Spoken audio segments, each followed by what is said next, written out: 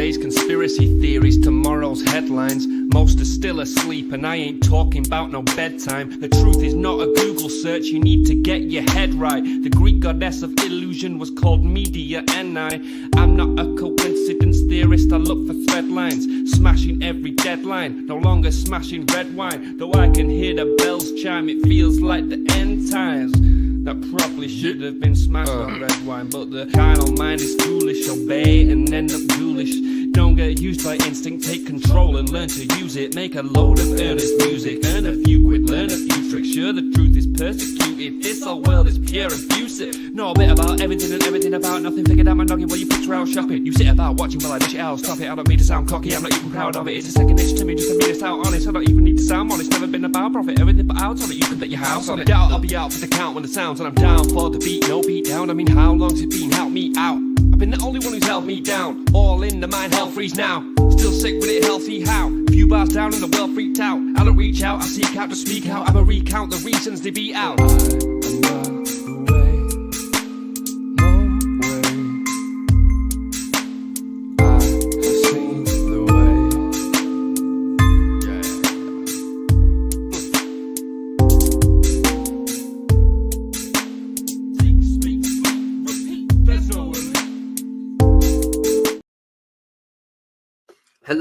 Hello. Welcome everybody to the 509 Divine Pines podcast. Welcome back.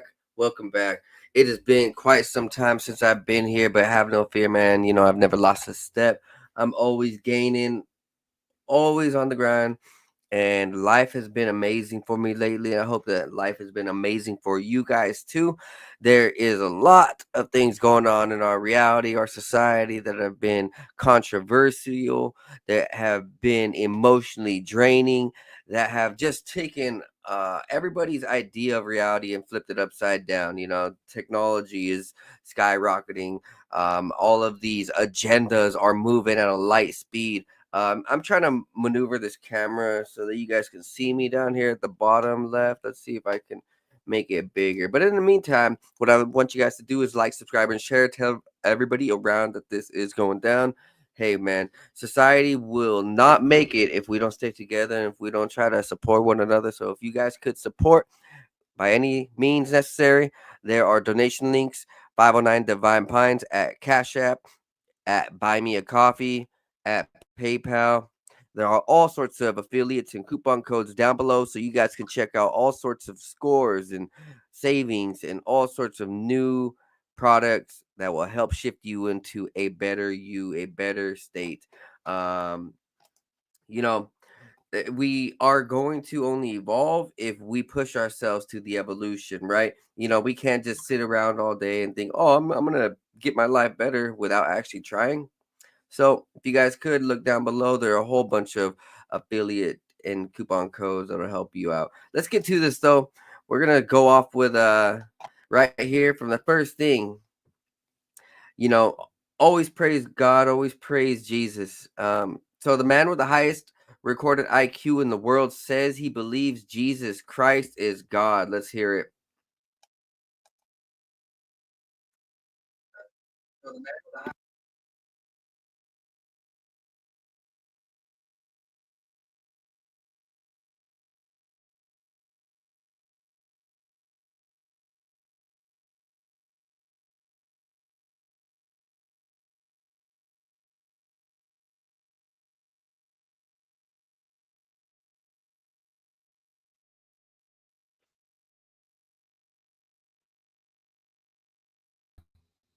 My thoughts about afterlife.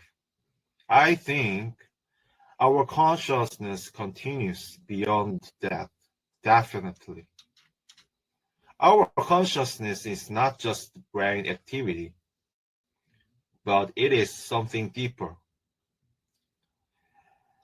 I think you believe this. Science says that when the brain stops, then our consciousness disappears. You believe this now, but quantum physics says that information never disappears. Never. It only changes in forms. If our consciousness is quantum information, it may continue after the body is gone. For example, like computer data stored in the cloud, our consciousness may not be trapped in the brain. Quantum entanglement suggests that our consciousness is part of a bigger system beyond the physical world. Some scientists and philosophers believe that our world may be a simulation created by a higher dimension of being, which I believe. If this is true, then the death is not the end, but a shift to another reality. Just like a video game character disappears, but the player still exists. Our consciousness may continue in a higher dimension like this. Many people with near-death experience says they saw their bodies from above or felt warm light and deep peace. They say they felt warm light and peace. These experiences seem like moving from one system to another, I think. So, if reality is part of something bigger, then that is not the end, but it is a transition, shift to another reality. Science is growing now, and we are learning more about consciousness and reality. Our death is not destruction, but change and shift. Humanity will keep searching for the truth about what comes after life. Thank you.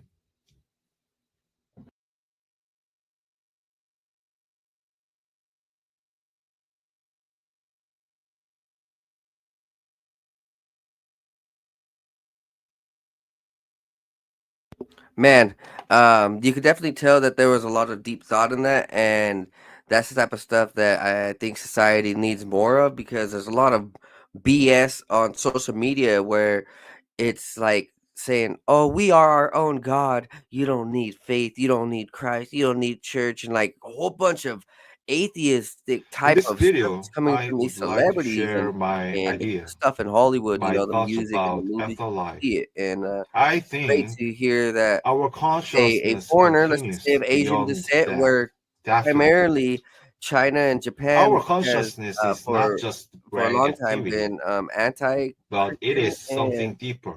anti-God, and I'm guessing maybe I think now you believe with this. advent technology and Science computers and says phones, that when the it's brain thinking where stops, you know then the our other side of the world consciousness is able to see the disappears. truth. You believe this now, Pretty but cool stuff. Now let's get back to it. I gotta restart that whole window. Yes. I'm still trying to figure out how to maneuver through these transitions of pages as fast as I can, and it's not as easy as it seems, guys. Maneuver. All right, so right here, beavers take over and complete $1.2 million dam. So over in the Czech Republic, the government was having issue figuring out how to build this construction project. There were all sorts of project stalls due to permitting issues, but it has come to find out that beavers took matters into their own hands. Yes, so when the Czech Republic was making these plans to help restore the waterways and the natural pathways for animals and fish and all sorts of things, they stalled. And beavers, I'm not sure if they got a hold of the plans. They were doing some sneaky rocket work, Yeah, well, rocket's a raccoon, I guess, but it's a Guardians of the Galaxy joke. Whatever, leave me alone. Pretty much, these animals over here doing spy work. They saw the plans and they're like, move it. You know, I think nature has a way of interacting with society and with humans on a scale that we just don't understand. Because, how many times have you seen where like your dog reads your emotions and reads what you want to do? Like you want to do something or you need something and your dog will just do it, or your cat will just do it, or your bird will just do it. Like I've seen that happen many times in nature, and I feel like animals are constantly listening to us and telepathically or emotionally, or maybe they just see our plans faster and better than we do, save our lives in some cases, where dogs can like literally save people's lives and they don't even know how, like they got pulled from a moving from a train that's moving in front of them, or a car, or they got pushed by a dog, when a car was going to hit them and they got saved, or different things, um I find it pretty fascinating. So 8 beavers complete $1.2 million dam. The dam project was part of the Czech Republic's plan to revitalize an area of Brody region that was once damaged by the erection of a military base. The military base involved development by bypass Guli. The Guli drained natural water resources in that area. Decades later, the Czech Republic's government hoped to restore that area to what it was before, but there were a few snags in the process. For one thing, the ownership of the land was unclear, which meant that the local authorities were in talks to determine who would set up the project and own the land. The Czech Republic's military forest management and the Vltava River Basin officials had created construction plans for the dam, but in the end, the beavers apparently constructed the dam better than the humans ever could. Beavers always know best. The places where they build the dams are always chosen just right, better than we would design it on paper. And that's true. From what I hear, like beavers have an impeccable nature to build dams and to use the resources of nature to help nature, which is interesting, right? Like we treat animals so bad. Well, not me, but like nature and society has treated animals so bad for a while, and yet nature and animals want to heal us. That's all they want to do. Next up, check this out. This is a blend of technology and nature. So, over in Oslo, Norway, lasers are being used to remove sea lice from farm salmon. So, right here, you see thousands of salmon and you see some laser system. So, what this laser system does is it uses its UV rays, its uh, different spectrum of laser light to look at the skin and scales of the fish and point out impurities and flaws, and to see where lice are. So the lasers read for lice, like they check where there's inconsistencies and where there's bumps and yeah, problems with the skin. And instantly you can see right here the lasers are firing off. And it's pretty fascinating because this is the same type of laser that's used in surgeries and different type of things like that. So it is very safe. They're very safe lasers, which is pretty cool. It seems like the fish like it. They're running from it. They're actually like they seem to be like running towards it, which is pretty fascinating. They need this for mosquitoes, tell you that. Next up, scientists create biological artificial intelligence system. Australian scientists have developed a research system that uses biological intelligence to design and evolve molecules with new or improved functions directly in mammal cells. Wow, the researchers said the system provides a powerful new tool that will help scientists develop more specific and effective research tools or gene therapies. Named Proteus, protein evolution using selection, the system harnesses directed evolution, a lab technique or mimics the natural power of evolution. However, rather than taking years or decades, this method accelerates cycles of evolution and natural selection, allowing them to create molecules with new functions in weeks.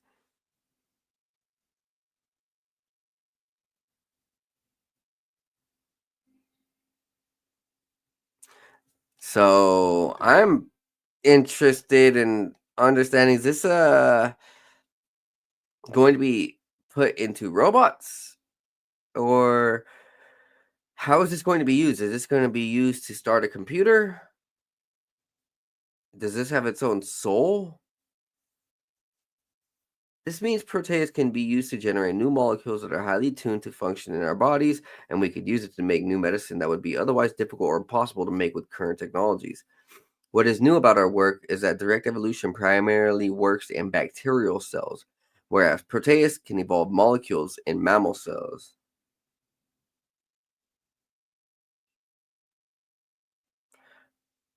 Protease can be given a problem with uncertain solution, like when a user feeds in prompts for an artificial intelligence platform. For example, the problem can be to how efficiently turn off a human disease gene inside of our body. Protease then uses directed evolution to explore millions of possible sequences that have yet to exist naturally and find molecules with properties that are highly adapted to solve the problem. This means Protease can find a solution that would normally take a human researcher years to solve, if at all.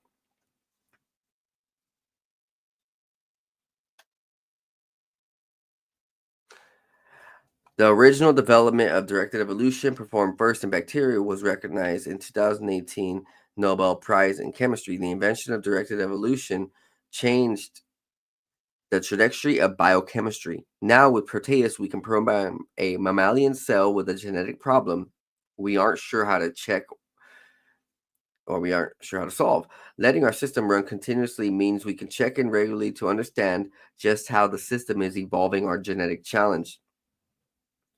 So, the easiest way to say this is that science is now modifying our genome at a light speed rate, and there are technologies that are going to be able to learn how to change our body from within, change our brain pathways, change our DNA, heal us, fix us, and they're using CRISPR big time.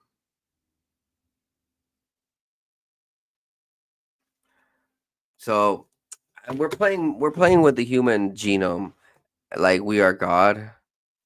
But I mean, in some instances, like I can see how curing diseases may be very helpful because, like, sad to say, these satanic occults and these dark societies have been using ungodly methods to unnaturally give us diseases and poisons and to unnaturally destroy our genome.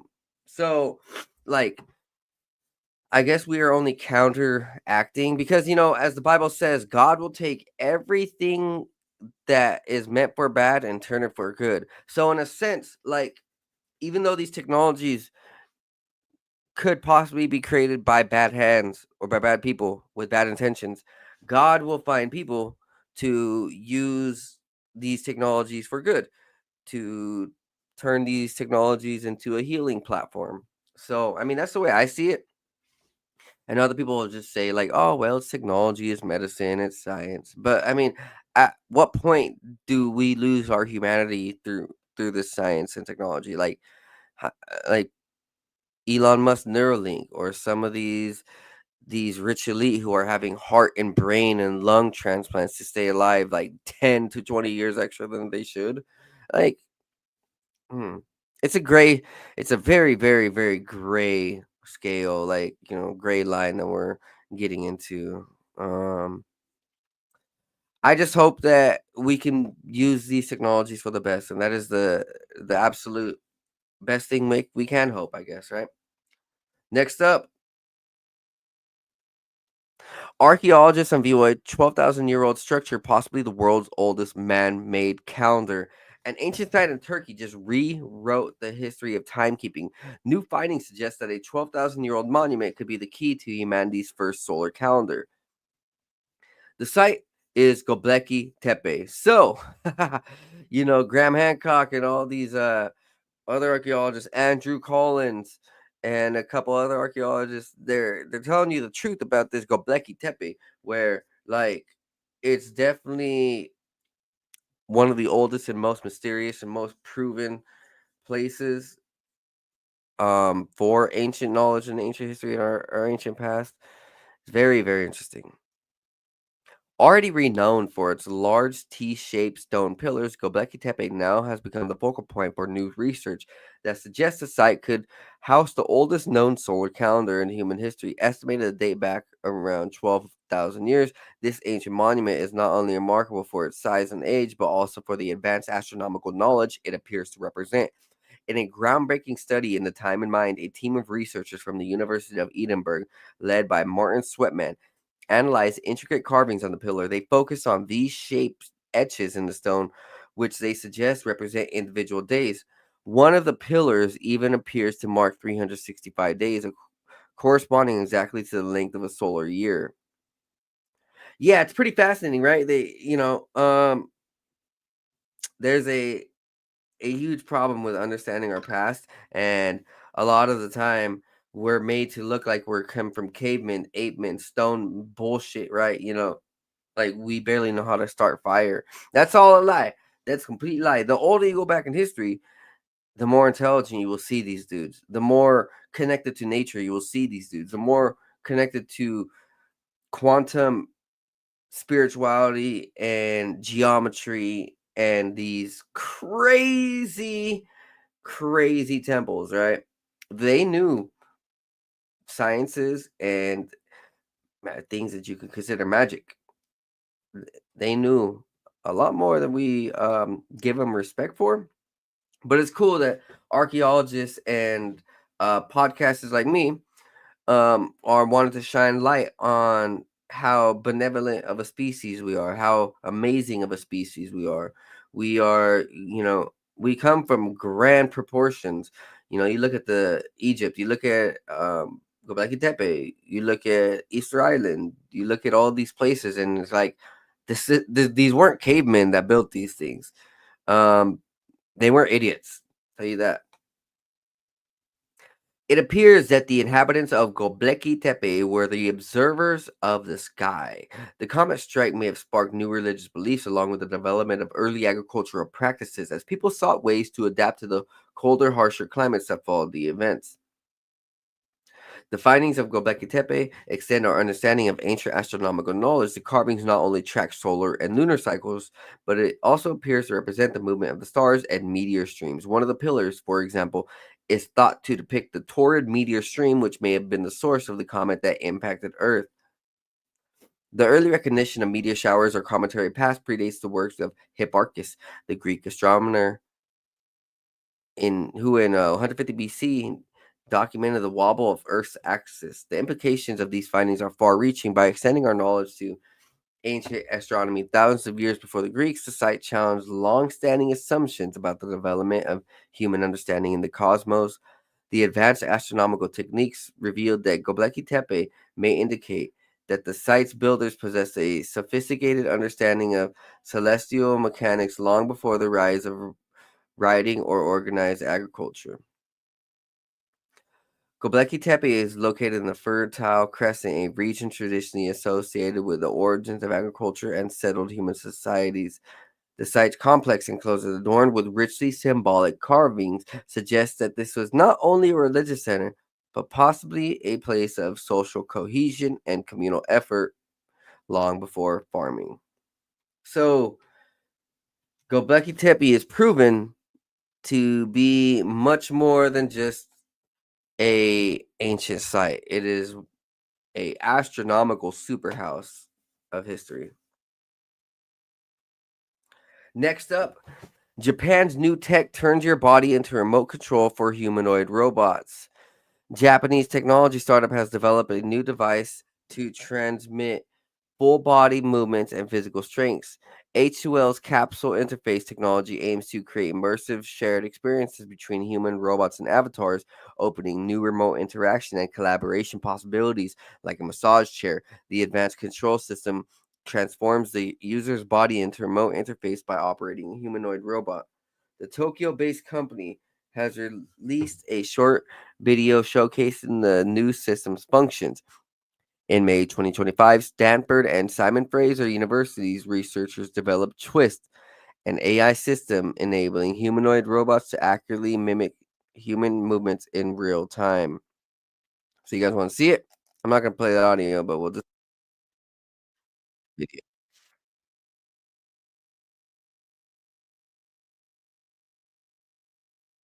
So,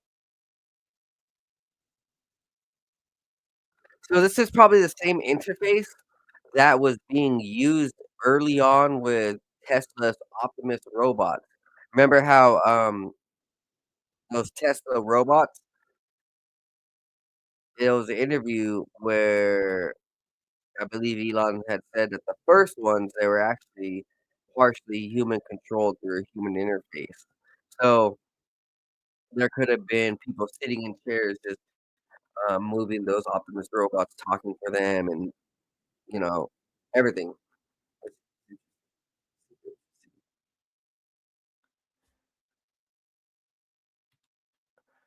Pretty fascinating, but also kind of scary. Next up, archaeologists find mysterious stone slab with 225 runes in Canada. So, a 200-year-old runic Lord Prayer found in Ontario defies easy explanation. 7 years ago, a storm in the forests of northern Ontario uprooted a tree. What it revealed was no ordinary patch of bedrock, but something far weirder and more mysterious. A carefully carved inscription of the Lord's prayers, and ancient Scandinavian runes of all things. The discovery, made near the remote town of Wawa and now confirmed to be the longest runic inscription in North America, has baffled and fascinated archaeologists. Though the site is believed to date to the early 1800s, its craftsmanship, content, and context raise as many questions as they answer. The Lord's Prayer, fascinating. Hey, all praise to God. That is for sure. The inscription measures roughly 4 by 5 feet. Within its chiseled border lie 255 runic symbols, characters from Futhark, the oldest known runic alphabet used by Germanic peoples, particularly in Scandinavia and Anglo-Saxon England. Next to the prayers, a detailed description of a boat with 16 passengers. 14 marks are carved nearby with purpose unknown. The runes are deeply etched, suggesting days or even weeks of labor, but from the start, Primrose worried about misinterpretation. Given the ancient script, it would be easy to mistake site as a relic of the Viking Age. After all, Norse explorers did reach parts of the modern day Canada over 1,000 years ago. However, Primrose didn't fall for the typical ideas. We didn't want to release anything public until we had done as much analysis as possible. I was under a tarpaulin for 3 hours with a flashlight and looking at the ruins while others were freezing outside, and I came out with this reading. The symbols, he concluded, spell out the Lord's Prayer in Swedish using a runic script developed in the early 1600s by the Swedish scholar Johannes Bures. Though the script had fallen out of popular use by the 1700s, it was republished in the 1900s. Fascinating. Fascinating. So, I would believe that praying to God has been passed down through many generations, many societies, far greater than we could possibly imagine. Next up, Thailand rings in the new year with drone and CCTV powered robot cop. RoboCop, pretty much, or Judge Dredd, whichever you want to call it. On April 16th, Thailand's Royal Thai Police introduced the newest colleague, AI Police Cyborg 1.0. The robot has a number of chilling capabilities, including access to nearby CCTV cameras, drones, and even 360-degree AI cameras equipped with facial recognition, behavioral analysis, weapons detection, blacklist alerts, gaydar. They could tell who has a butt plug. It could tell who's sinning and who's thinking wrong. It could tell who's about to fart. This robot can sense when your dog's about to take a shit on a place where it's not supposed to take a shit, and it's gonna stop the dog taking a shit where it's not supposed to. Yeah, man, I'm gonna love this robot. If it can stop my dog from pooping in the fucking house, sorry for Fendi, but imagine. Hey, those robots will come soon. Yeah, I was just playing around with the last little 15 seconds of what it can do, you know. According to the Facebook post, the AI Police Cyborg 1.0 is linked to the province's command and control center for efficient event safety management. Wow, the AI Police Cyborg 1.0 helps us enhance public safety, especially during large events where traditional policing resources can be stretched thin. It's a force multiplier that never tires and maintains constant vigilance. On the surface, that might sound nice, but buying into the idea that a police robot with a few slew of surveillance capabilities is just meant for event management is unlikely. So they're thinking that this police robot is not going to be used for what it's told and might be used for more. Hmm. Um, in New York City and in California, there were two robots that were used and eventually abandoned because they weren't keeping them too far and they weren't actually helpful. Although the Thai police eagerly marketed the robot's extensive AI capabilities, Futurism also noted at the time in April when this article was written that nobody had actually seen the robot perform. So it could be another one of those things like, oh yeah, we got this technology. Oh yeah, and then like you learn they don't really got the technology. So could be one of those things. Could be one of those things. I think we see a lot of the times with these governments or these big time organizations, they say they got technology and they really don't. Possibly like this, but who knows? Who knows? So from the Irish Star, a UFO crashed in Arizona and was stolen by officials in cover up. Leaked government documents claim. Ooh, let's check it out. Trying to get to this article.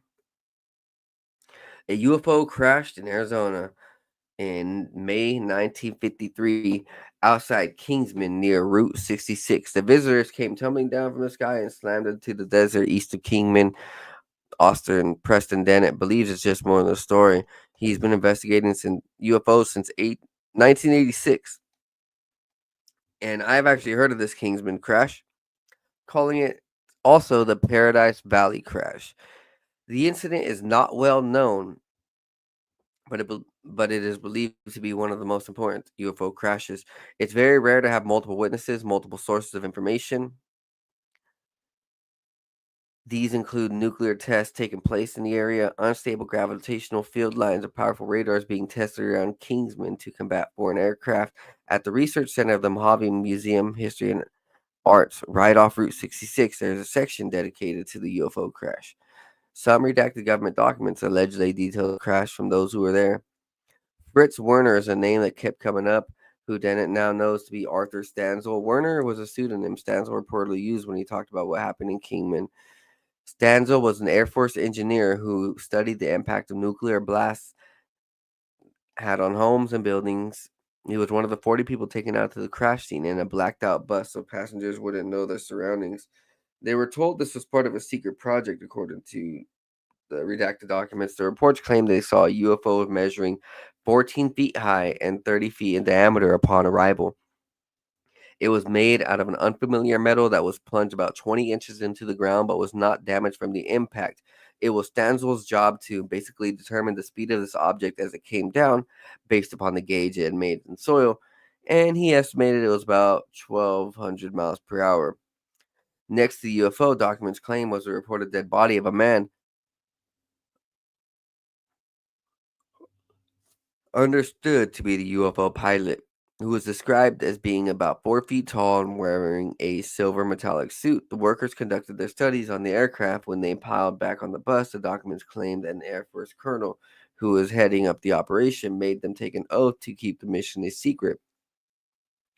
Around 2 decades later, Stanzel signed an affidavit reportedly confirming what he saw. 50 years after that, claims began circulating that investigators didn't just investigate the crash, but took it.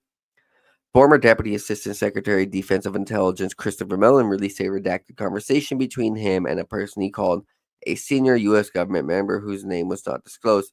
It claimed people would be slack-jawed if word got out about what they knew, writing that the federal government seized the Kingman UFO. So pretty much they would like kill people and ruin their public image if these military members told about what they saw in these projects. These crafts are scooped up, taken to various Air Force bases, scientific labs, and studied intently to figure out exactly what we can figure out about how they work. Dennett believes we will never truly know about what happened unless the U.S. government admits to it, and that's a fact. The U.S. government is hiding a lot of stuff that they just will never admit to. It sucks. Scientists are pretty sure they found a portal to the fifth dimension is next on our plate, so let's get into this. From Popular Mechanics, scientists say they can explain dark matter by positing a particle that links to a fifth dimension. While the warped extra dimension is a trademark by Popular Physics Model, first introduced in 1999, this research, published by European Physical Journal C, is first to cohesively use the theory to explain the long-lasting dark matter problem within particle physics. Our knowledge of the physical universe relies on the idea of dark matter, which takes up the vast majority of matter in the universe. Dark matter is a kind of pinch hitter that helps scientists explain how gravity works, because of a lot of features that would dissolve or fall apart without an X factor of dark matter. Even so, dark matter doesn't disrupt the particles we do see and feel, meaning it must have other special properties as well. There are some questions that we do not have an answer within the standard model of physics. One of the most significant examples of this so-called hierarchy problem is the question why the Higgs boson is much lighter than the characteristic scale of gravity. The standard model of physics cannot accommodate some of the observed phenomena, one of the striking examples of existence of dark matter. So, like some of these things with physics, they're still guessing. Like let's say gravity or protons or muons or electrons and all sorts of different things, right? Like some of it is still a guess, even with our greatest machines. Some of it is still just we don't know. The study seeks to explain the presence of dark matter using WD model. All right. So could dimension traveling fermions explain at least some of the dark matter scientists have not been able to observe? We know that there is no viable dark matter candidate in the standard model of physics, so already this fact asks for the presence of new physics. Basically, a key piece of mathematics creates bulk masses in fermions that are manifested in the so-called fifth dimension warp space. This pocket dark sector is also one possible way to explain the huge amount of dark matter that so far has eluded detection using any traditional measurements designed for the standard model of physics. Fermions jammed through a portal to a warped fifth dimension could be acting as dark matter. How would we observe this kind of dark matter in order to verify it?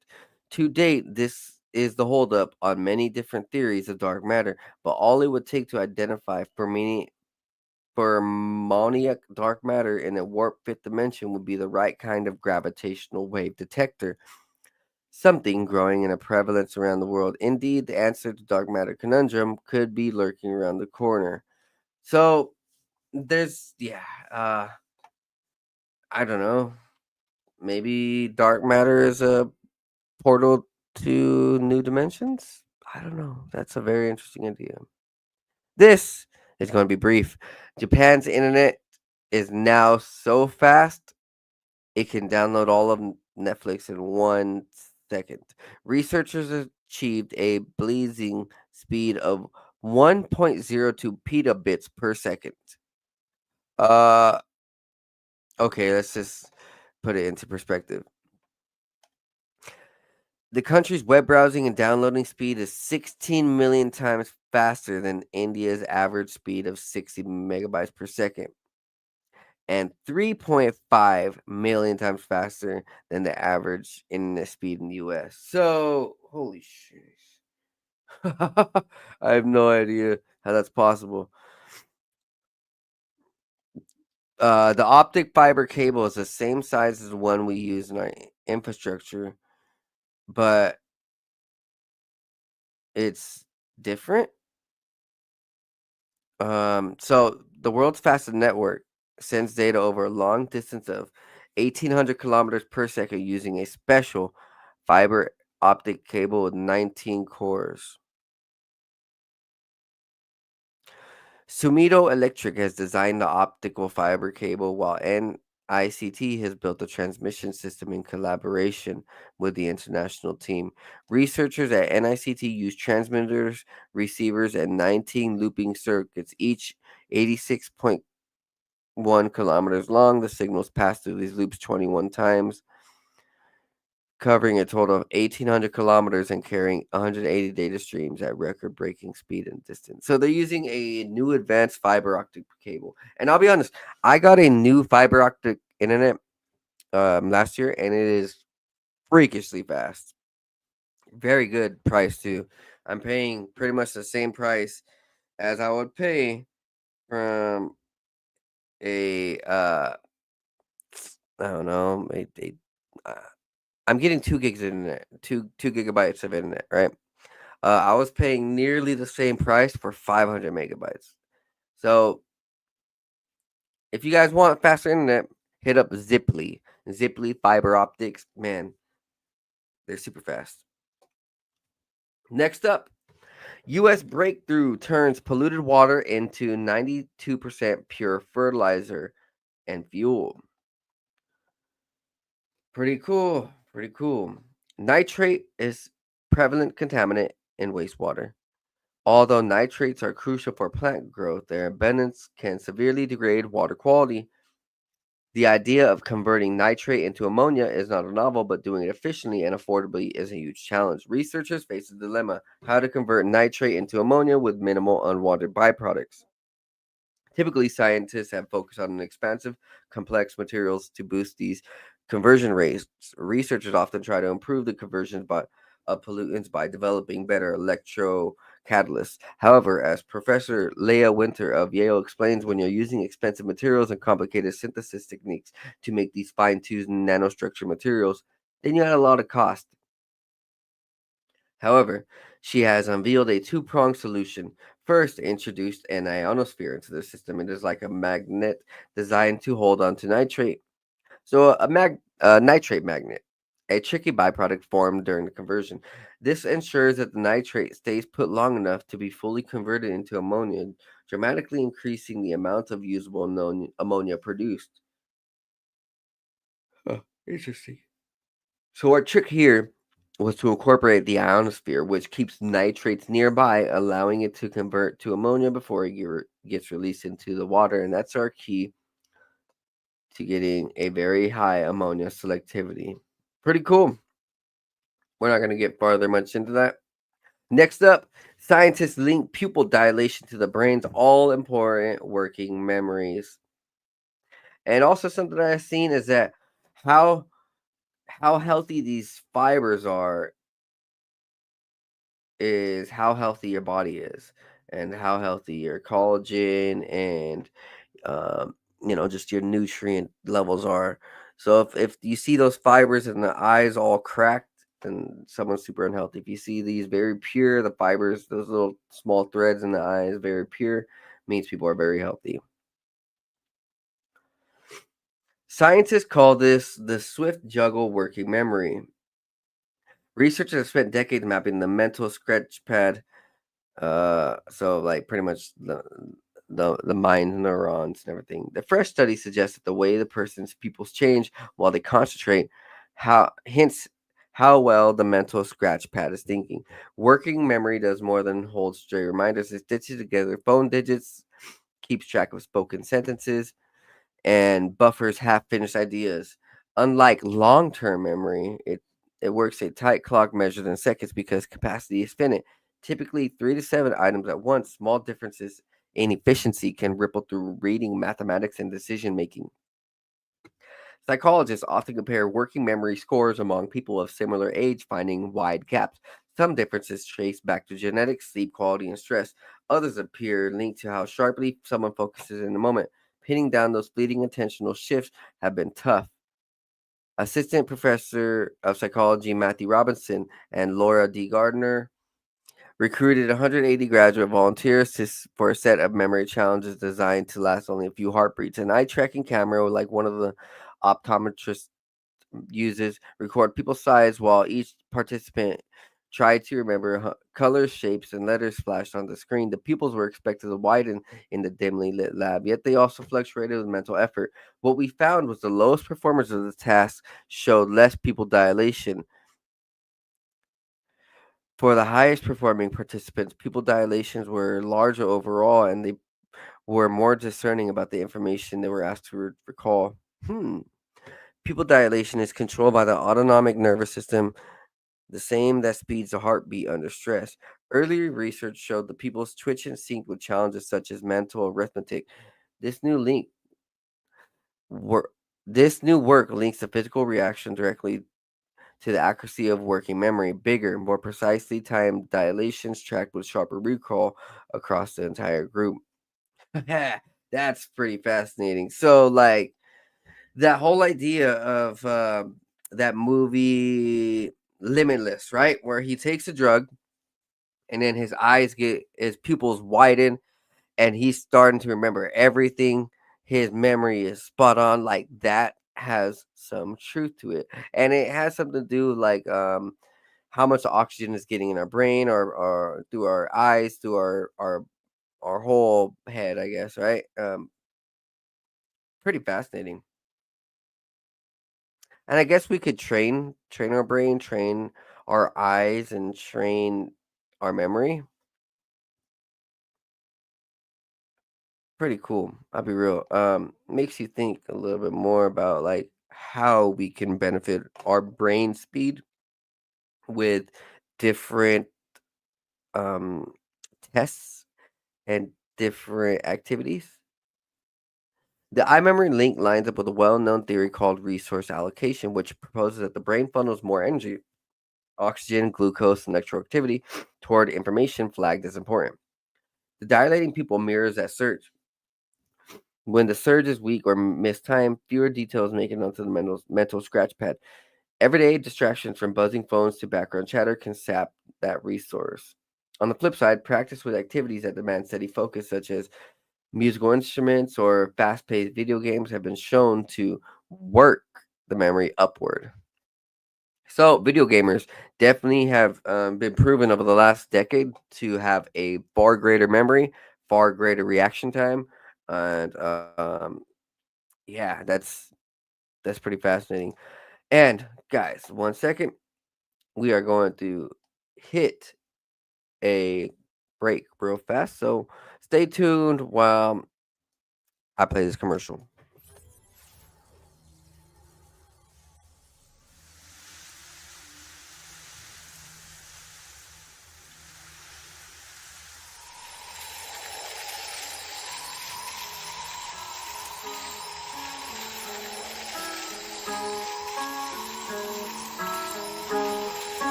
Not new, what I do. I've been at it for a minute, pursuing, doing the damage new. I would do everything that I said I would do. I gotta have it, so goddamn it, I'ma be everything I plan to be. Glad to see money coming my way, believe I'll achieve anything I put my mind to, or at least I try to. I'm avoiding my doom, manifesting my room. Meditate to ease the flow, third eye open, see the goal, the energy. It can enter me, get me to feeling full, forget my enemies, dead to me, yeah, I proceed to go to a new dimension, gotta mention it's inside our soul. Go inside, fuck the outside, never tell lies, show pride for belief, gotta keep the range wide, so instead I just write another hit, getting fried, rolling up, smoke another blunt for the good times, bad times makes for the good rhymes, so it never matters, I just learned, no I can't hide, thank God for every second was birthed with the mind of an ancient soul who's just waiting for the next sign. I'm always watching, vision like a hawk, heaven flocking, when I drop it, talking, have them knocking. Acknowledge that I'm dropping. I'm coming out the noggin, I'm logged in. That's the intuition, nothing wrong with. Doing what you feel is right, everybody got this. Usually feel it in the night when I'm dropping knowledge. Never even needed any college, abolish. People telling people what they want, I do not wish control over anybody, do it for the profit. That's the reason that they push it, do it from the cockpit. Cause they got the money, want the money on the mob shit. On the mob shit. But I know they ain't gon' make it, shit is poppin'. At the end of time, new age topics. Revolutionary crusade cross, here we go to a new space. Yeah, we enter in a new place. Louis V on my shoelace, rolling with the blue face. Yeah, I'm wondering what you chase. Just another dude caught up in the rat race. Moving my pace, lot of people looking at me sideways. I chase future preparations, gotta go through my phase till I feel ready to rearrange it. Happen on a daily basis, tripping oasis. When so many people that I can see through their faces and touch, so I'm reading minds, feel like I'm evasive, persuasive. Cause I feel the vibe, manipulation, I'm patient. Yeah, I feel the vibe, then work to change it. Manifestation, blessings is what I'm chasing. Quantum physics, I'm about to take the time and rearrange it. I play with reality, can't feel like I'm basic. Most people shut it down, don't wanna embrace it. Replacing out.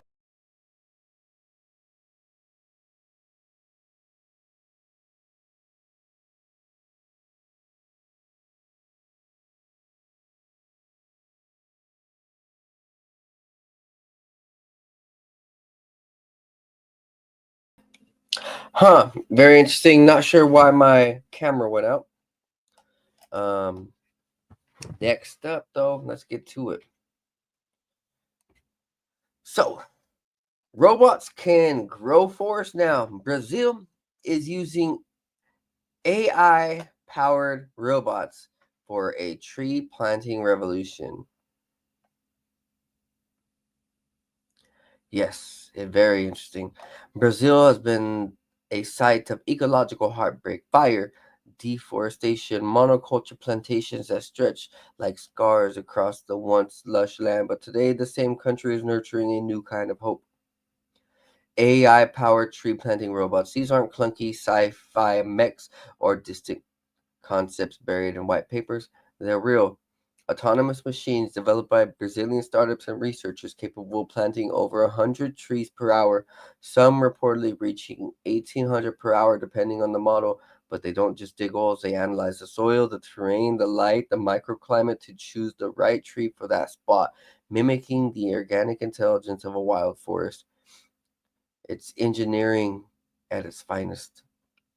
A forest isn't a collection of trees, it's choreography. This mycelium, the canopy, the elevation of one species above another. Some trees rise fast, then die young. Others grow slowly in the shadows for decades before finding light.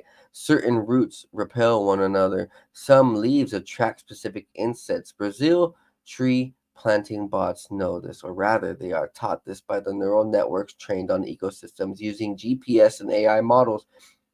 These machines understand how to mimic the randomness of real forests while still being efficient. They do something humans rarely manage to do on their own. They restore not just the green, but the harmony. Each robot moves autonomously, surveying the land like a gardener and with God's eye view. Sensors test for soil, pH, moisture, and compaction. Algorithms determine which seedling will thrive. Arms extend, dig, place, press. The bots logs the location, move on. In many models, these steps are accompanied by real-time mapping and predictive modeling for tree growth. This isn't random scattering, it's targeted planting guided by data science, ecological theory, and machine learning. Each seedling is geotagged, each sapling is part of a living blueprint. There was a time when the word terraforming belonged only to Mars, but what if we need to terraform Earth first? These robots aren't conquering nature, they're rebalancing it. They represent a quiet revolution, rewilding not through guilt or slogans, but through scalable, iterative repair. They are a fusion of synthetic and organic, not conquerors, not saviors, but gardeners. And they don't sleep, they don't complain, they don't need shade or breaks or morale boosters, they just plant. Wow, check it out. So I ain't gonna lie, I'm fascinated by this. If a single bot plants 100 trees in an hour, that's 2,400 a day, over 800,000 in a year. Multiply that by a dozen robots, you got a million tree movement without burning through human labor or reforestation budgets. This kind of scale makes it possible to replant entire regions, heal degraded land, and rebuild biome in years instead of decades. It's not perfect, but it's momentum. There's always skepticism when a solution feels futuristic. Will the tree survive? Are they the right species? Is it just another form of monoculture with a robot's face? Unlike mass drone seeding, these robots physically plant real seedlings in targeted conditions. They aren't scattering, they are strategizing. And because they're trained on biome specific data, they're much more capable of choosing regionally appropriate flora. The robots aren't replacing jobs. They're working with ecologists, landowners, and indigenous leaders to accelerate what would otherwise be impossible. They are doing the hard, brute tasks that we cannot do on our own, but with the help of this technology. There's something hauntingly beautiful about a robot kneeling in the soil. The image flips every dystopian expectation. We've imagined robots cold, merciless machines, but here they're cultivators. They are steel hands touching soft earth, not to extract, but to give.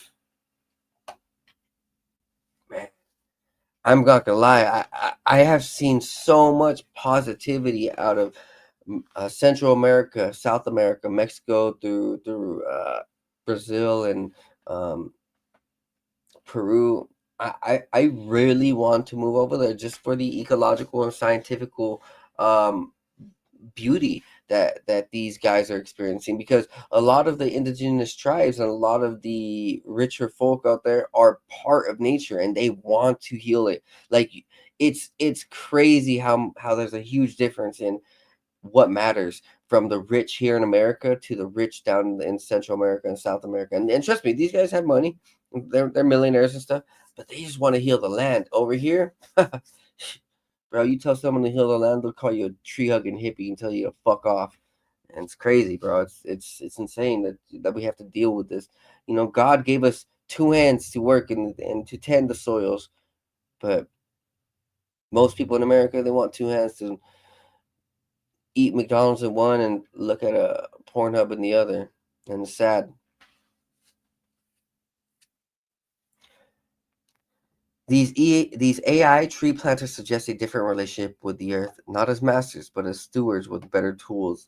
We are not an enemy of nature, nor are we her savior. We are collaborators. We built the machine plant the forest feeds the air heals us. A circle of life. These robots don't speak, they don't sing or shout about what they're doing. They move with quiet purpose of roots.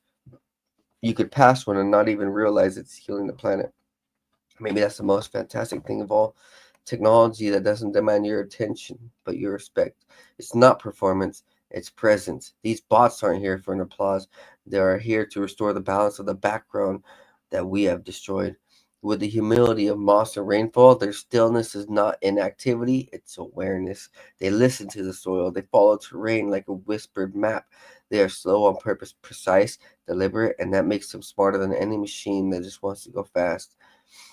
Any car that just wants to take you to places unbeknownst. This is true epitome of human technology.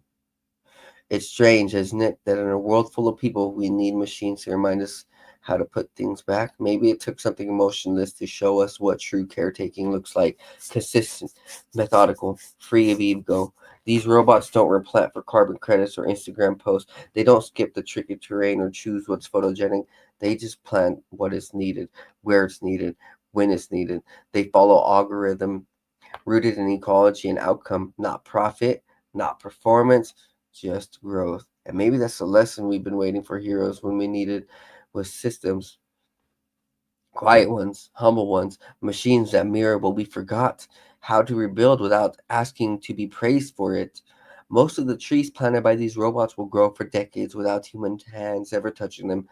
They will stretch skyward through rain and dust, visited by birds and beetles wrapped in vines, rooted in dark soil, and they'll never know the sound of a chainsaw. They'll never meet the person who programmed their planner, and that's beautiful because not everything we build needs to be for us. Some forests should grow without a footprint. Some ecosystems should unfold in peace. These robots plant for a future that won't recognize our names and don't owe us anything. The ultimate legacy is anonymity, the kind of gift that asks for nothing in return, just shade. We're used to climate news that feels like a death knell, melting, burning, vanishing. But these machines are proof that not all change is collapse. Some change is reconstruction. Some progress sounds like gears whirring softly in the jungle, one sapling at a time. And that shift, that refusal to surrender to doom is the quiet defiance we need. We are not too late. We are not too small. And if we choose to invest in systems of healing rather than just survival, we rewrite the ending. These robots don't just undo the past, they interrupt it. And sometimes that's all you need to start something new. A break in the pattern, a machine on its knees planting hope. For decades, environmental messaging has leaned hard into scarcity. We are running out of time, out of trees, out of chance, out of oxygen, out of breath, out of life. We're dying. That's what they want you to think. But this technology shifts the narrative towards regeneration, towards abundance, towards agency. We are not helpless. We're just out of excuses. Imagine a world where tree planting robot patrol rooftops, deserts, and city edges, where tech companies fund robotic reforestation the way they once built data centers, where autonomous machines sow biodiversity into the edges of civilization like embroidery. The future doesn't have to be glass towers and glowing billboards and flying cars. It can be green.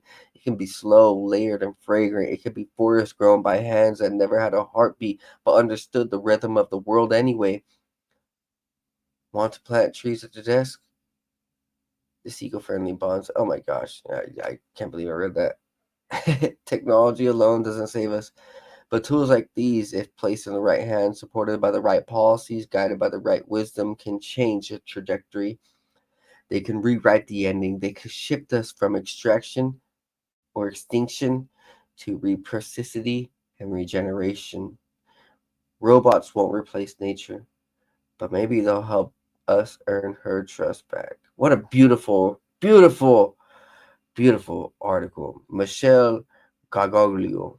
I don't even know. But this is the kind of amazing stuff that's coming out of Brazil right now.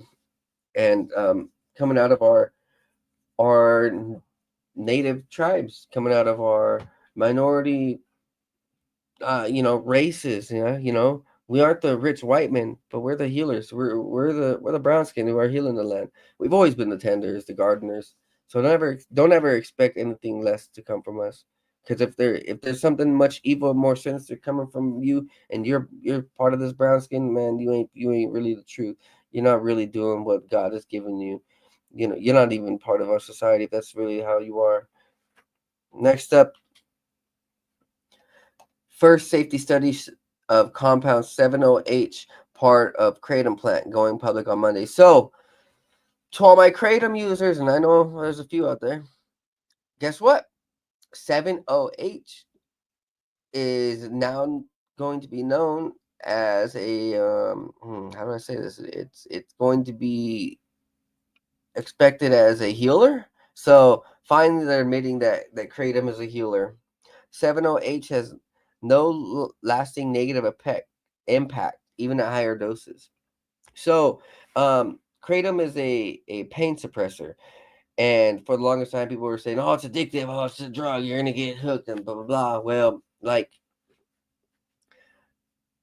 scientists and health practitioners are uncovering how beneficial Kratom is and how much of a lie it's been told that it's addictive and stuff. So, it's good. It's good. I'll be honest. I tried Kratom a couple times, and I just used it for healing and just used it for my body, and I didn't like go crazy with it. I definitely noticed the boost in energy I get from my body. I don't know too much more about it as far as other people do, but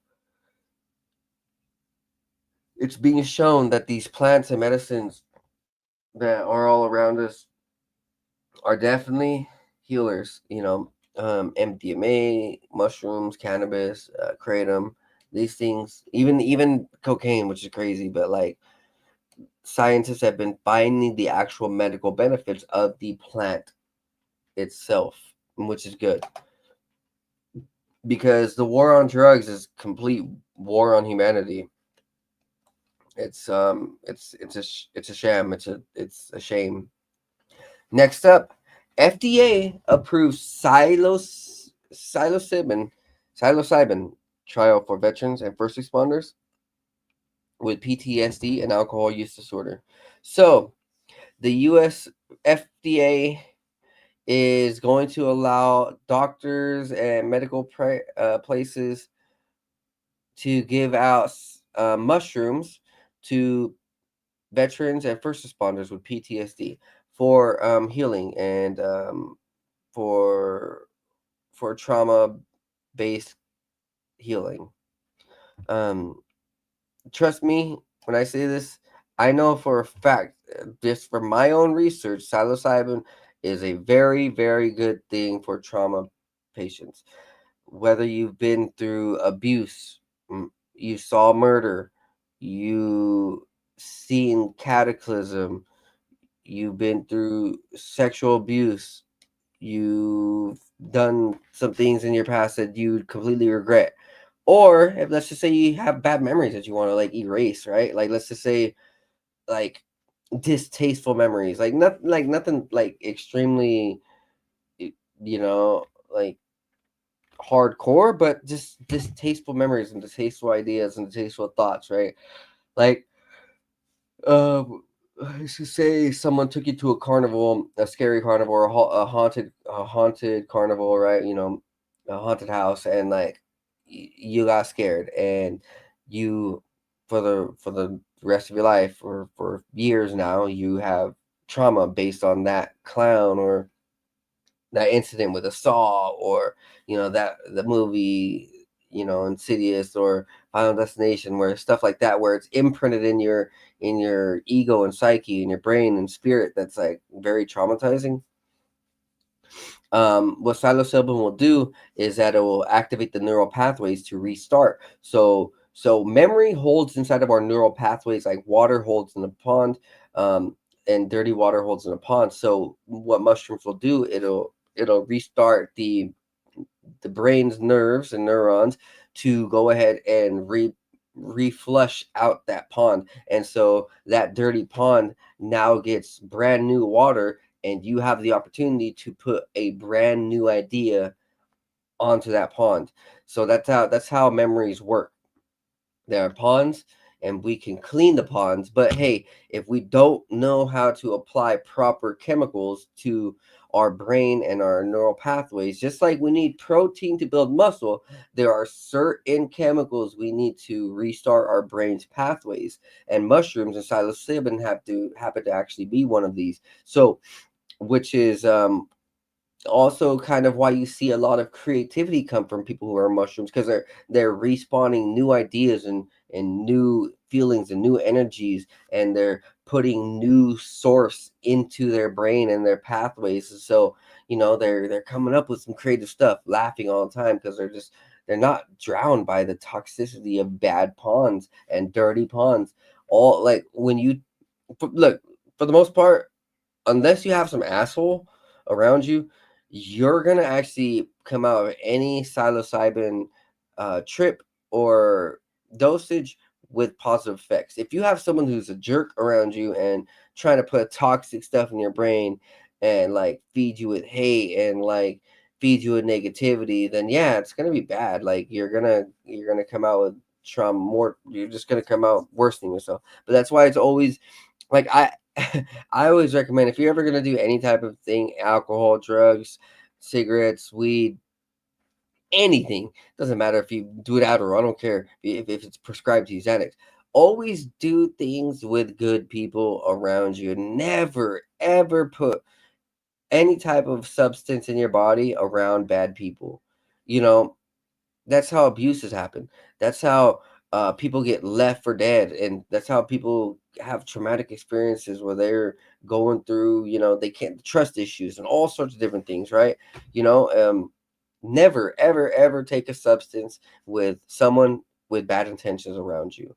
Always take these substances with people who are healthy practitioners, healthy thinkers, researchers, people who are supportive, inspiring, motivational, because I know a lot of people out there who don't do drugs, but they'll be positive and motivational forces for people around them who are doing drugs. Like I've had friends where I didn't get high, but I knew that they were high, and I was always that positive force. I was trying to make them feel better and better and better instead of the psychotic evil people who are gonna try to degrade you and stick you in the dirt and ruin you. Like no, like that makes things worse for everybody, and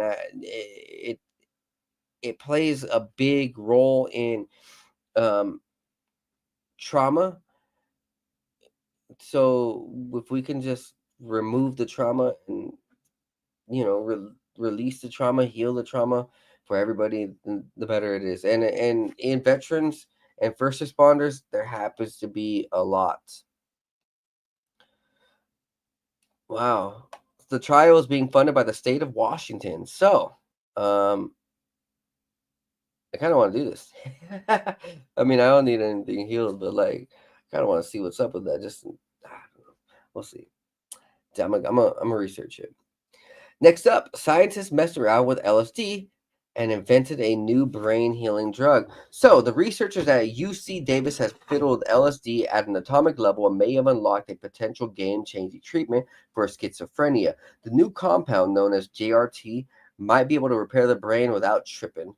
So, they have made a non-psychedelic LSD that actually heals you, which is crazy. So they swapped the position of two atoms in LSD's molecular structure.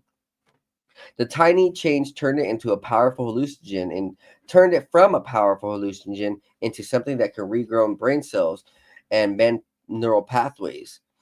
JRT managed to reduce the negative symptoms of schizophrenia, live cognitive fog, and social withdrawal without triggering the kind of psychedelic psychosis that you normally incorporate LSD with. UC Davis camp professor David Olson said JRT could eventually offer a safer, more targeted alternative to current meds like clozapine, which come with side effects like emotional numbness and cognitive decline. This comes after it's been shown that LSD might help with anxiety. Even wilder, JRT also worked as a potent antidepressant, proven to be 100 times more powerful than ketamine. Of course, no one's handing out JRT prescriptions yet, but Olson and his teams are in the works. Oh my god. So, kratom, mushrooms, and even acid. Yes, acid is made by natural components. It's just not a naturally occurring drug. You gotta actually make acid from a few different natural components. But it's fascinating, right? That what we think about drugs has completely been a lie. Where this whole war on drugs is like, you're going to hell, you're gonna destroy your brain and your body, and but they don't say anything about Coca-Cola, Pepsi, Lay's, Snickers, all that, right? No, eat it all up, buddy. Eat it all up, right? Scientists sequence the DNA of the last Neanderthal and it alters human history. Next up, so this is from Popular Mechanics. Okay, so let's see how we cover this, because there's gonna be a lot on this. Ooh. Okay, quick. I'm just reading through this. The population of from 50 millennia ago, without exchanging a single gene with the classical Neanderthal populations. So that's what he predicted. The analysis showed that Thorin had high genetic homozygonicity. What?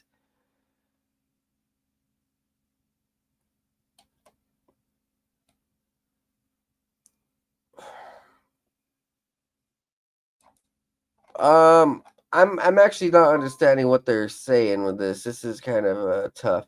But from what I see is that they're saying that the genes of our ancient ancestors aren't really so compatible with our genes, if I'm correct.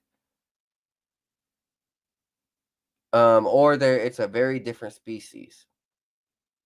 Yes, yes. So, they found a species of Neanderthals that completely secluded to themselves. They kept to themselves. They didn't mate with others, and it changes how we think of how cavemen or the whatever the heck Neanderthals change into us. I'm not. You know what? I think the research is too new to have a full take on it. So I'm gonna come back to that in maybe a month or so when I understand more about what they're saying about the Neanderthals. Next up, though, My Chemical Romance fans threatened to sell tickets after on-stage demonic execution stunt. So I had read this pretty much. This was in Seattle recently, and um My Chemical Romance pretty much faked executions. They're like, "This is how you like democracy," and then they pretend to shoot a couple of their people on stage and pretend to murder them, and they were just like laughing at it, or they're I don't know, trying to glamorize the idea of this murder. Like, oh yeah, because it falls into the play of what CNN and what these news organizations are saying. You better fight. You better fight ICE, and you better kill him. You better shoot. You better shoot Trump. You better blah blah blah blah. Like these. That's what these leftists, these Dems are saying. And he's actually falling into like the My Chemical Romance is falling into the same play where they're trying to incite violence. They're trying to incite the attacking of your fellow neighbors, of your fellow partners and camaraderie. You know, because like it's been over the last 8 years where we've seen Biden supporting kids attack their Trump supporting parents. Crazy, crazy, crazy. Because the Dems are like, you better fight for what's right, attack and stand up and fight back and yeah, it's crazy, right? They're saying go riot and go start fires, and they're literally telling people to murder people, right? These leftists are literally saying, yeah, go murder people for your agenda. And that's what My Chemical Romance was kind of trying to promote and glamorize. Like, hey, let's go kill people. It's crazy. So the My Chemical Romance fans are threatening to sell their tickets. They're like, yo, we don't want to be part of this shit. Like you're going woke and you're about to go broke.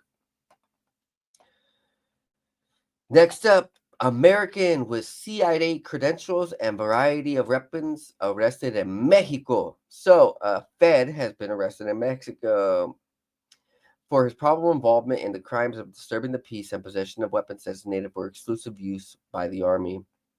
Authorities found 6 firearms, magazines, live ammunition, and technical equipment. So, I'm guessing that a lot of these Fed boys up there or down there in Mexico about to be caught up because of the war and the tensions, and it's just crazy, right? So over the last year we've seen the American government and Donald Trump, piece of shit. He look, I understand this part where the American government labeled these cartels threats to America, and they labeled them enemies, and they labeled them foreign domestic terrorists, which I support, because you look at what the El Chapito son and these other new generation Lisco and all this other shit, right? The Sinaloa and the fucking Michoacan, all these cartels, these fuckers are like, they're running rampant. They're murdering each other. They're murdering Mormon people, right? And they're fighting the Mormons, and the Mormons aren't really that, like, they're not really that good either. So, like, let's just say these cartels are running a mess. Like, they're still hanging people, they're still beheading people, they're still doing crazy, crazy, crazy shit. Well, I guess the Mexican government also doesn't like what the American government is doing. And so, I'll be honest, man, like, I would watch it. I would be very careful with any of your family members who are out there into those type of vigilante lifestyles. Like, get them the fuck out. Like, shit's not gonna be pretty over the next 5 years, 10 years, because technologies are about to go through the roof, and all these drones and fucking everything, they're about to be used in domestic operations. Tell you that. Things are gonna get messy if they don't get better, and I don't expect them to get better. I don't think anybody does. Next up, another part about the CIA. The CIA operated a network of gaming sites and even a Star Wars fan page that were one of its worst intelligence catastrophes.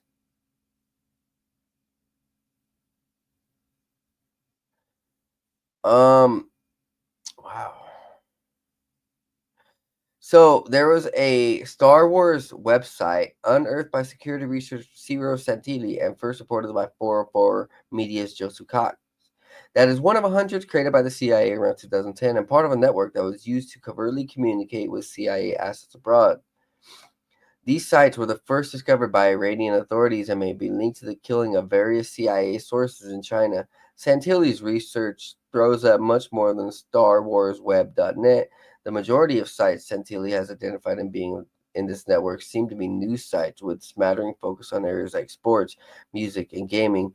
Among the gaming URLs involved with havenofgamers.com, hitpointgaming.com, activegaminginfo.com, myonlinegamesource.com, and kingsgame.net. To take the first example, Haven of Gamers can be viewed on the Wayback Machine, promising the latest game reviews, previews, and videos. It claims nobody knows games and gamers like the Haven of Gamers.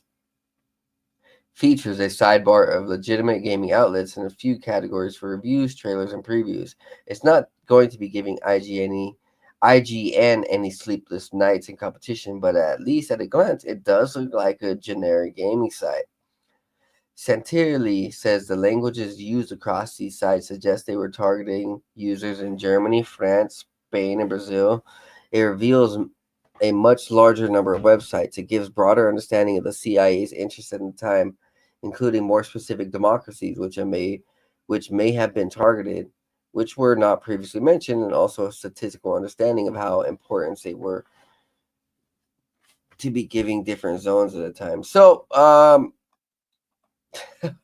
insane. So the CIA was using phony gaming websites as part of its intelligence operation. I wonder if it's using phony music websites, because I swear there's sometimes I'll look at some music and I'll try to search it up online and it'll take me to some baloney website and it says, oh, the music's here, and then it's like I can't even navigate through it. No. Next up, though, Mexican drug cartel used hacker to track FBI officials, then kill potential informants. Insane. A Mexican drug cartel hired a hacker to surveil the movements of a senior FBI official in 2018, gathering information from the city's camera system that allowed the cartel to kill potential FBI informants. The hacker also was able to see calls made and received by the FBI official and the geolocation data in a major breach of operation security that occurred as the FBI was working on El Chapo. The tracker hacked people coming in and out of the U.S. Embassy in Mexico City before zeroing in on the FBI's assistant legal attaché, a role that works closely with the Mexican law enforcement, citing that the FBI case agent at the time. The report did not identify the hacker. According to the case agent, the cartel used information provided by the hacker to intimidate and, in some instances, kill potential source or cooperating witnesses. The stunning new details offer a rare look on how technology can be exploited in the high-stakes battle between law enforcement and Mexican cartels. And the FBI, DEA, and U.S. military have in recent years used advanced surveillance techniques to infiltrate Sinaloa and Jalisco New Generation cartel and the other big Mexican cartels that the U.S. says smuggle large volumes of deadly fentanyl into the U.S. Yeah, it's crazy. The cartels run a multi-billion-dollar global enterprise and utilize sophisticated technology to enhance their business operations. They utilize state-of-the-art, sophisticated surveillance techniques to identify law enforcement activities and their adversaries. Some within the FBI and partner agencies, such as the Central Intelligence Agency, have described this threat as existential. There have been long-standing risks posed by ubiquitous surveillance techniques, jargon for the widespread availability of data to its adversaries, to the FBI's criminal and national security cases.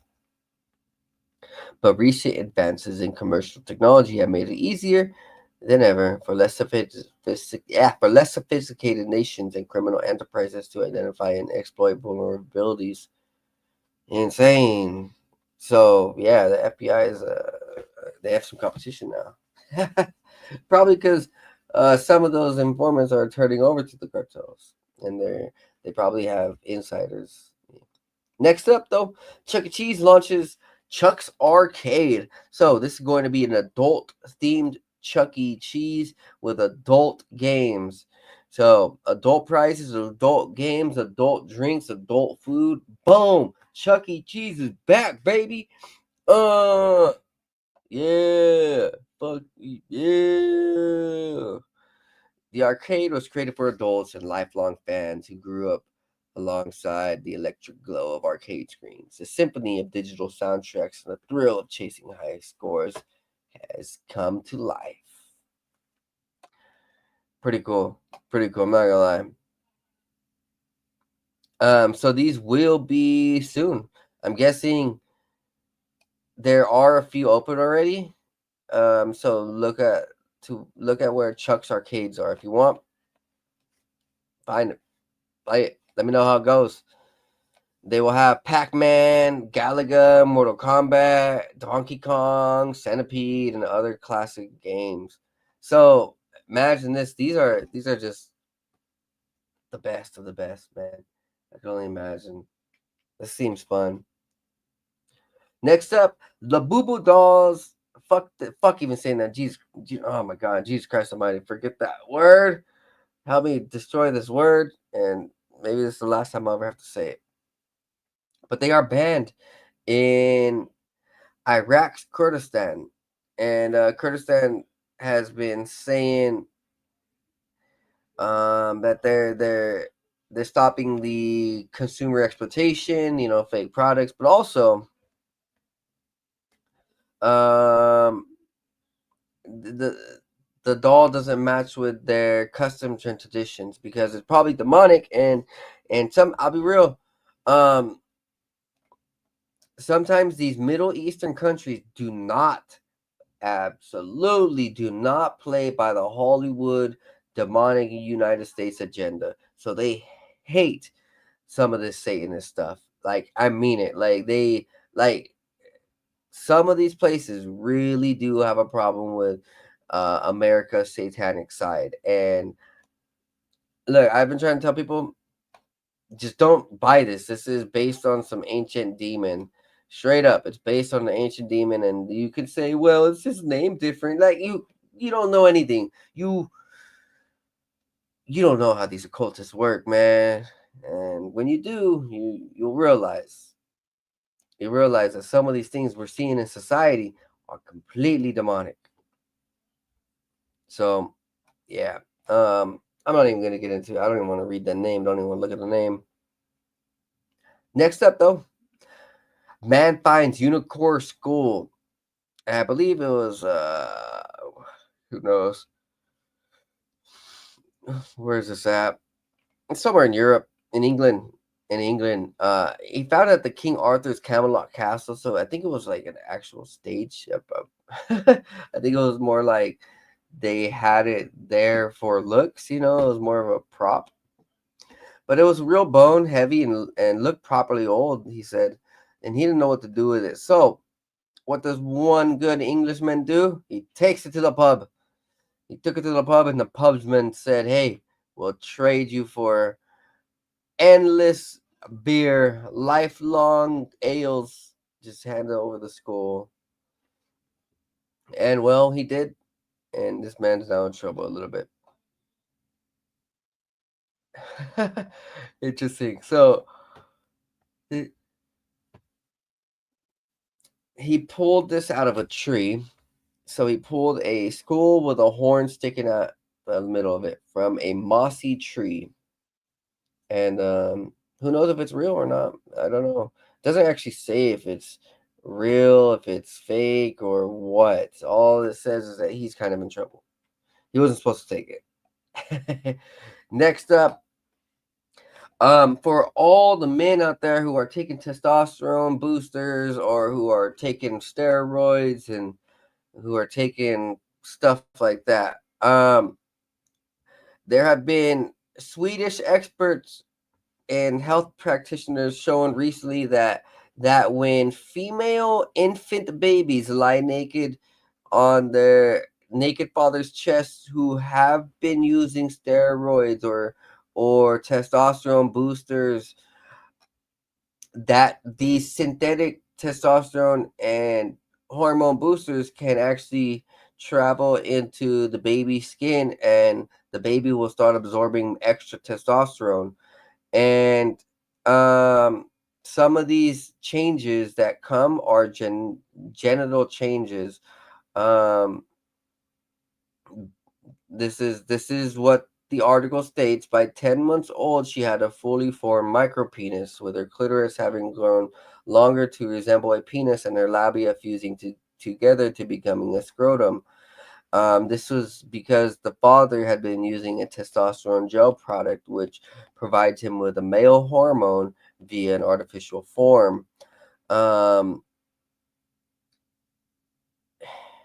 yeah, it's crazy. So this happened to many parents over there in Sweden. I guess whatever testosterone booster they're given also gives baby females micropenises, and it's kind of weird. But hey, like I don't think that these testosterone boosters are actually good. Like the synthetic ones, the steroid ones, and yeah, it kind of sucks that this little infant, this baby 10-month-old infant, experienced that. But just by removing the testosterone gel and or putting on a shirt and you know applying a layer of protection, you can reverse that. So that's good that it can be reversed, but it's kind of also scary that um, we don't know what these hormone changes are doing to people, like and their infants and their offspring. Next up, and I believe this is the final article. Rockefeller heir vanished in tribal waters after eerie last words.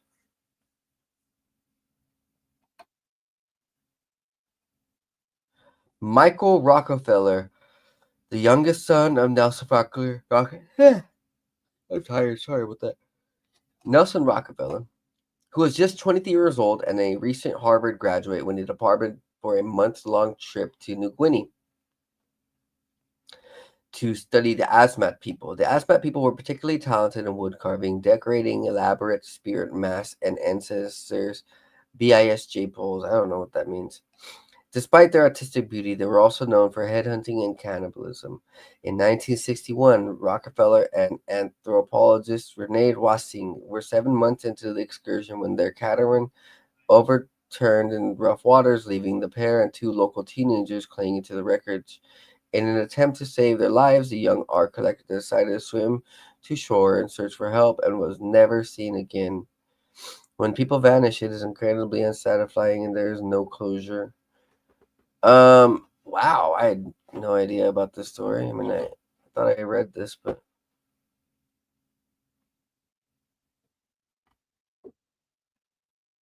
wow.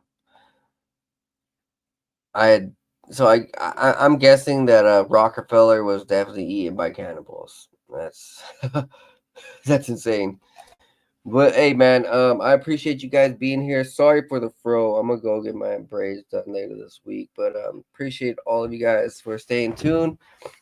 The news is very important, and um, finding inspiration in a world full of hate is very important, because we see all around the world right now that there's a whole bunch of haters, there's a whole bunch of wicked people, there's a whole bunch of sinners, and I don't mean this like to say, oh, you have to return and just live a peaceful life. No, I mean like there's a fine line between staying modest and just kind of doing normal things in society that may seem, you know, norm. Like let's say smoking and drinking. Like that's not really a sin. Some people think of it as a sin, but the Bible doesn't really say it's like a sin. It just says to watch it, right? But then there's this whole other side of society and people who are actively doing the wickedest of wickedest, and that's where we need to stay away from. I'm not going to be like those guys podcasting and promoting OnlyFans models and debauchery and guns and killing and drugs and felonies and murder and violence. Nah, like nah. Over here in 509 The Vampires podcast, man, we keep it I keep it enlightened.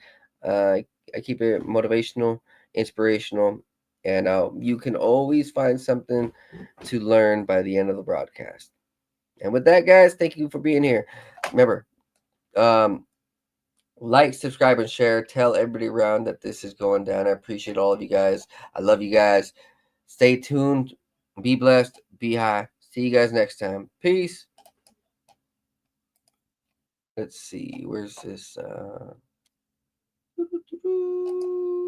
Bam. Oh, shit.